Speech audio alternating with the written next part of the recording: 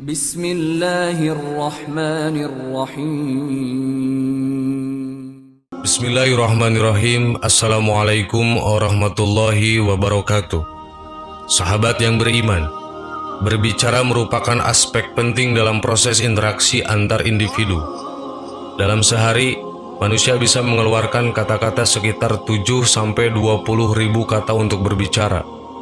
Berbicara bisa dilakukan dalam berbagai kondisi. Misalnya saat berada di tempat kerja, berkumpul bersama keluarga, serta masih banyak lagi kegiatan yang mengharuskan interaksi. Dengan berbicara, suasana akan menjadi lebih akrab sehingga jalinan silaturahmi menjadi lebih erat. Namun ternyata ada waktu-waktu yang dilarang berbicara dalam Islam. Hal ini menjadi aspek ibadah dan bentuk ketaatan kepada Allah. Kapan saja kita dilarang berbicara dan diharuskan diam? Berikut ringkasannya. 1. Saat mendengar suara azan. Azan merupakan seruan Allah sebagai panggilan untuk menunaikan perintah sholat. Sholat adalah ibadah wajib umat Islam sehingga azan merupakan panggilan yang begitu diagungkan dalam Islam. Salah satu adab yang harus dilakukan seorang hamba ketika mendengar suara azan adalah berhenti melakukan aktivitas termasuk berbicara. Bahkan dalam sebuah hadis dijelaskan bahwa Allah akan membuat keluh lidah manusia yang sakaratul maut jika ia menyepelekan azan. Hendaklah kamu mendiamkan diri ketika azan. Jika tidak, Allah akan keluhkan lidahnya ketika maut menghampirinya. Kata-kata yang boleh kita keluarkan hanyalah menjawab seruan muazin yang bentuk penghormatan kita kepada azan tersebut. Abu Sa'id Al-Khudri pun mengabarkan bahwa Rasulullah SAW pernah bersabda, "Apabila kalian mendengar azan, maka ucapkanlah seperti yang sedang diucapkan muazin." Hadis riwayat Bukhari dan Muslim. Barang siapa yang mendengar suara azan kemudian dia berucap, "Asyhadu an la ilaha illallah wa anna Muhammadan abduhu wa rasuluh. Raditu billahi robba wa bi Muhammadin rasulah wa bil islami dina." Aku bersaksi bahwa tidak ada sesembahan yang hak kecuali Allah dan bahwa Muhammad adalah hamba dan rasulnya. Aku ridho Allah sebagai Rabb dan Muhammad sebagai Rasul, dan aku ridho Islam sebagai agama, maka Allah akan mengampuni dosanya. Hadis riwayat Muslim. Menurut Imam Syafi'i, Imam Malik bin Anas, Ishaq bin Rahuyah, dan lainnya, berbicara saat azan hukumnya makruh.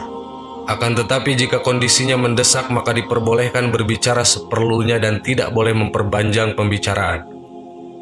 Jika berbicara saja sudah makruh, bagaimana dengan kegiatan lain seperti bercanda atau bahkan sampai tertawa terbahak-bahak seakan menghiraukan seruan yang agung ini? 2. Saat khatib berkhutbah Jumat. Waktu yang terlarang untuk berbicara lainnya adalah saat laki-laki bersembahyang Jumat dan mendengar khatib sedang menyampaikan khutbah. Imam Malik, Imam Abu Hanifah dan Imam Syafi'i serta kebanyakan berpendapat bahwa ketika khatib berkhutbah maka makmum wajibnya diam. Bahkan menyuruh orang lain diam pun saat itu merupakan hal yang dilarang karena dianggap sia-sia. Jika berbicara dengan tujuan baik saja dianggap sia-sia, apalagi dengan kegiatan mengobrol yang banyak dilakukan kebanyakan makmum salat Jumat ketika khatib berkhutbah. Memperingatkan orang lain yang sedang berbicara cukup dengan isyarat tanpa harus mengeluarkan kata-kata. Termasuk juga dengan kegiatan memberi salam atau menjawab salam orang lain, menjawab orang yang bersin dan tindakan berbicara lainnya. Barang siapa yang berwudu, lalu memperbagus wudunya kemudian ia mendatangi sholat Jumat, kemudian di saat khutbah ia betul-betul mendengarkan dan diam, maka dosanya antar Jumat saat ini dan Jumat sebelumnya ditambah 3 hari akan diampuni. Dan barang siapa yang bermain-main dengan tongkat, maka ia benar-benar melakukan hal yang batil lagi tercela. Hadis riwayat Muslim. Barang siapa yang berbicara pada saat imam khutbah Jumat, maka ia seperti keledai yang memikul lembaran-lembaran, artinya ibadahnya sia-sia, tidak ada manfaat. Siapa yang diperintahkan untuk diam lalu tidak diam, maka tidak ada Jumat baginya, artinya ibadah Jumatnya tidak sempurna. Hadis riwayat Ahmad. Jika engkau berkata pada sahabatmu pada hari Jumat, "Diamlah, khatib sedang berkhutbah," sungguh engkau telah berkata sia-sia. Hadis riwayat Bukhari. 3. Ketika buang air. Selain dua kondisi tadi, ada lagi kondisi di mana kita tidak boleh berbicara, yakni saat buang air.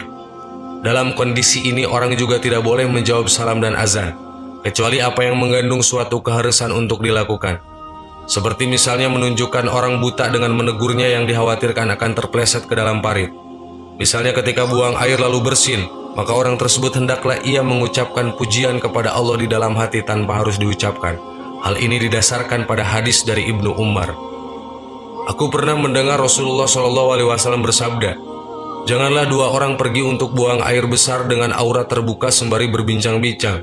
Sesungguhnya Allah memurkai orang yang berbuat demikian." Hadis riwayat Ahmad.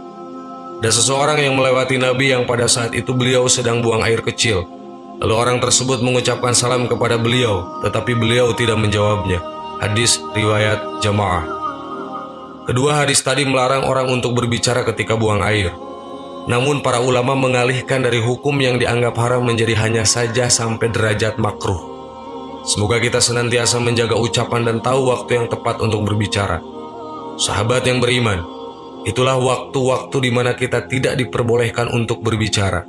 Semoga bermanfaat. Amin. Wallahu a'lam. Wassalamualaikum warahmatullahi wabarakatuh.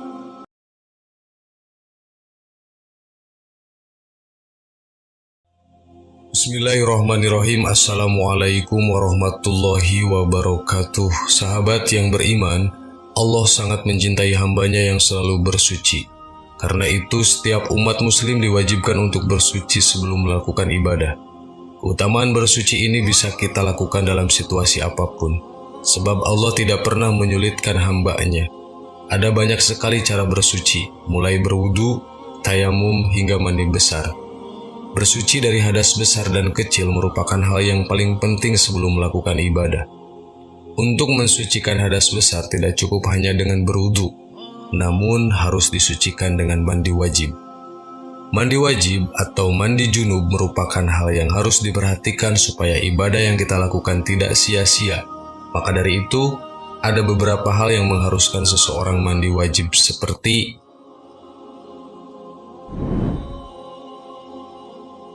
1. Berhubungan suami istri. Yang dimaksud dengan hubungan suami istri adalah apabila ujung kemaluan laki-laki, hasyafah, dimasukkan ke kemaluan perempuan, farji, maka itu sudah diwajibkan mandi wajib.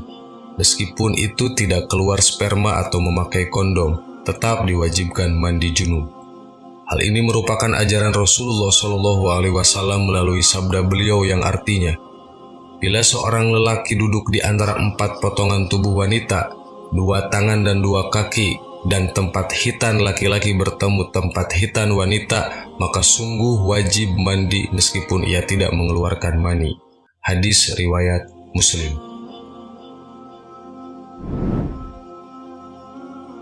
2. Keluarnya air mani.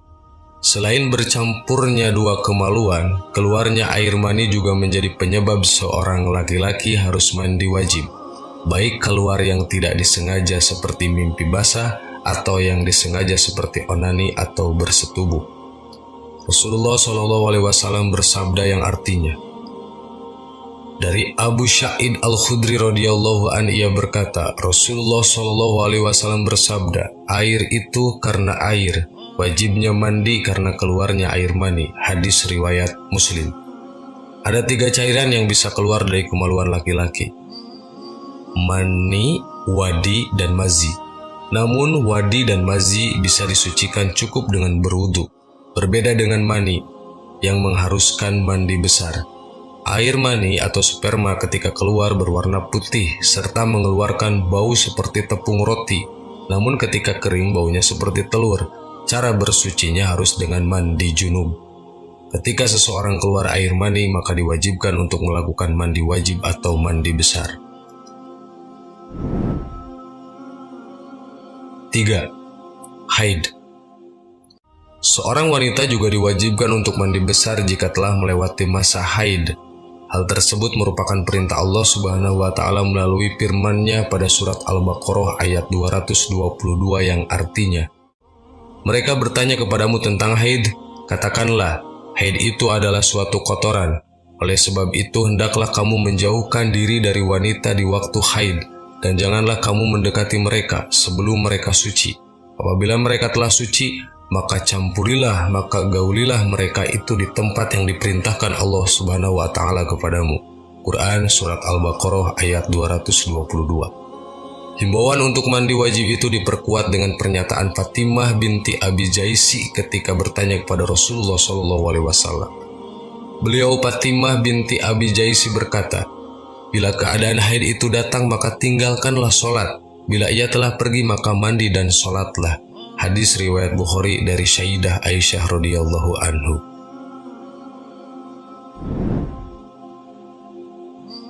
4. Nifas. Nifas adalah darah yang keluar dari kemaluan wanita setelah melahirkan. Minimal nifas adalah waktu sebentar, sedang maksimal adalah 60 hari. Umumnya nifas berlangsung selama 40 hari. Sebagaimana haid, wanita yang mengalami nifas juga wajib mandi setelah darahnya berhenti. Hanya dalam nifas tidak perlu menunggu hingga mencapai hitungan 24 jam, karena asal darah keluar setelah melahirkan sudah dapat dikategorikan darah nifas. Perlu diketahui bahwa wanita yang sedang mengalami haid atau nifas tidak diperbolehkan dan tidak sah melakukan wudhu atau mandi ketika sedang keluar darah. Hal ini karena fungsi utama wudhu atau mandi adalah menghasilkan kesucian, sedang ia sedang menjalani keluar darah yang menjadi penyebab hadas. Ia hanya diperbolehkan melakukan mandi sunnah yang fungsi utamanya menghilangkan aroma tak sedap karena hendak berkumpul dengan orang banyak, seperti mandi sunnah ketika hendak memasuki Mekah dan mandi 2 hari raya. 5. Melahirkan. Melahirkan normal termasuk hal yang mewajibkan mandi meskipun yang dilahirkan masih berupa segumpal darah atau daging. Sedang bila proses persalinan melalui bedah atau sesar, maka ada perbedaan pendapat di antara ulama. Ada yang berpendapat tetap wajib mandi dan ada yang mengatakan tidak.